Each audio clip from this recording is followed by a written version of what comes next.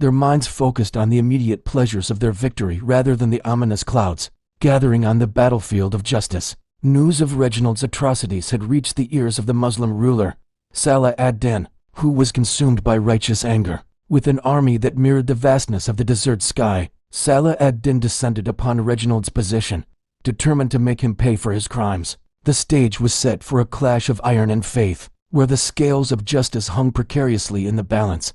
But little did Reginald know that his moment of triumph was fleeting, overshadowed by the looming presence of his nemesis, ready to bring him to justice. As the two armies faced off on the sun-baked plains of Hatton, the air crackled with tension. The Muslim army, led by the indomitable Salah ad-Din, loomed like a wall of righteous fury, their every move echoing with the strength of their unity. On the other side, Reginald and his knights stood firm, their faces grim, their armor gleaming defiantly in the harsh sunlight. What followed was a spectacle of medieval warfare, a whirlwind of clashing steel and thundering hooves.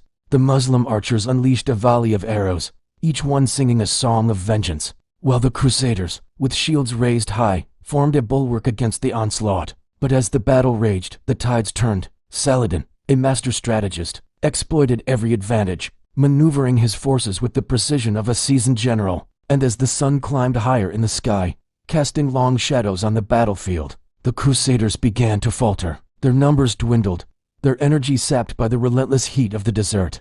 It was then that Saladin struck, pushing forward with a force that was unstoppable, like a desert wind sweeping away all resistance. The Crusader lines buckled under the pressure, their ranks breaking apart as the Muslim army surged ahead, their cries of Allahu Akbar echoing across the plains. Amidst the chaos of the battlefield, a lone figure stood out, Reginald of Chatalon, his face contorted with a mixture of determination and fear. He fought with the desperation of a cornered lion, his every strike aimed at survival. But as the minutes ticked by, it became clear that his fate was sealed. The weight of his earlier transgressions, the lives he had taken, the desecrations he had committed, all came crashing down on him in the form of Saladin's unwavering pursuit. As the sun began its descent, casting the battlefield in hues of orange and red, the final confrontation occurred. Reginald, his armor dented and his spirit broken, found himself at the mercy of his conqueror. The once proud knight was now a captive, his head bowed in defeat,